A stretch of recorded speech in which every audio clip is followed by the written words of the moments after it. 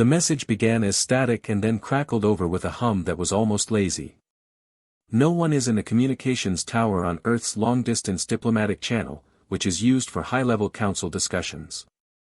Was anticipating an urgent situation until the silence was broken. Marcus Hale has been designated as the human envoy in accordance with Council Directive 889. Executed for transgressing the Galactic Code. As a result, Earth's membership in the Assembly is permanently terminated. Closed, and the transmission abruptly stopped with no trial, no defense, and no body.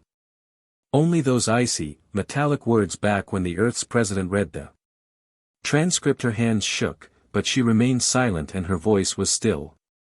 When she demanded that the Omega Protocol be released from secret storage, every general, admiral, and there were no discussions or waiting when the commander of orbiting fleets was called to the war table. There was only one vote, and now there is retaliation.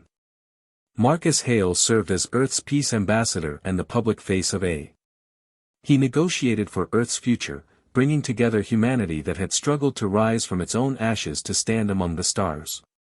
Members of the Galactic Council battled to demonstrate that people were more than just a barbaric backwater species, and they had killed him without trial or mercy, like an insect, and the video leaked for 3 hours.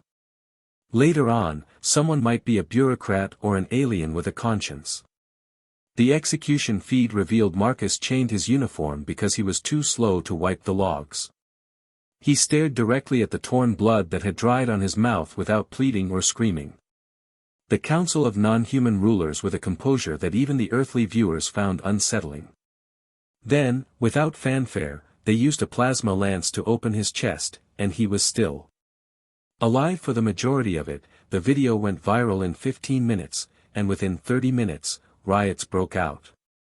People who had hardly known Marcus were calling for vengeance. Military recruitment in the major cities of Earth increased by 400% overnight, and all of the major defense contractors were directed to orbital shipyards for emergency production. Glowed in fear like constellations, but the moment General Bram Keegan stepped onto the stage, none of that compared to.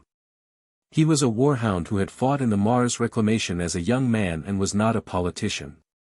They retired him after he reached adulthood and transformed the Earth Defense Fleet into a force capable of opposing alien empires. Keegan stood when they dragged him back because he was too aggressive and unpredictable 2 years ago. He didn't even smile before the cameras shadowed his clenched jaw and eyes. He stated that this is a response and that it is final, so don't blink too much. 48 hours after the feed cut out, Earth's Black Ice Fleet launched its first strike. On the outskirts of Council space, the unofficial stealth division struck a Varnathi supply hub. Where a planet-sized station once stood, there is only ash and no warning for survivors. It was evident from the message that Earth was not coming for justice, but rather to erase, and the galaxy initially chuckled, assuming it was a little blue bluster. Earth is having a tantrum because they have forgotten their history and the nature of humanity. This time, when diplomats were sent, the council hall was not at all quiet. That originates in peace, but the kind that descends just before a storm rips off the roof, as 17 foreign delegates sat frozen, their mandibles or limb tendrils in place as the hollow. The same video of the destruction of the Varnathi station was shown repeatedly on screens positioned throughout the room. Smoke, then nothing.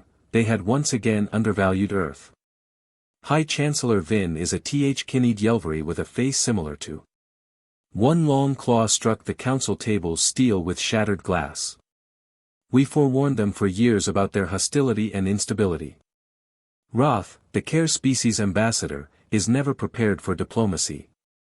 Tightened his scaled body. Nobody had anticipated that they would strike so quickly, or they had to have mapped that exact station years ago because it was concealed by 3 layers of stealth shielding. Which indicates that the Orvac Dominion's General Traz, whom they have been preparing, growled for war while trembling our hands. We remained silent once more because that was the reality. Earth had smiled, sent envoys, and signed treaties, but nobody wanted to say anything aloud.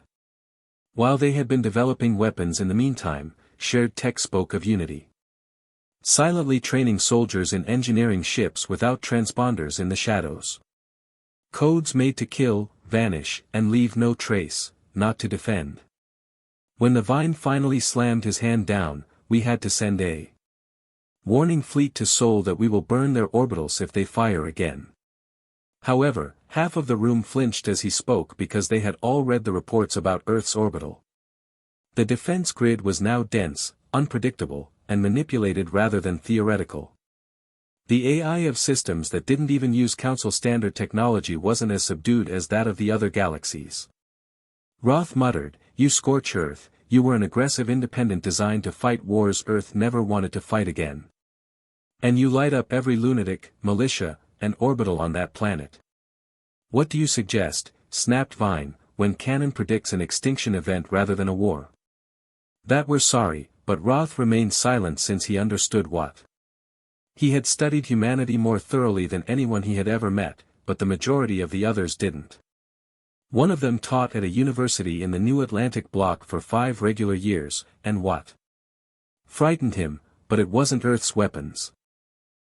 Rather, it was Earth's sorrow that made people not angry.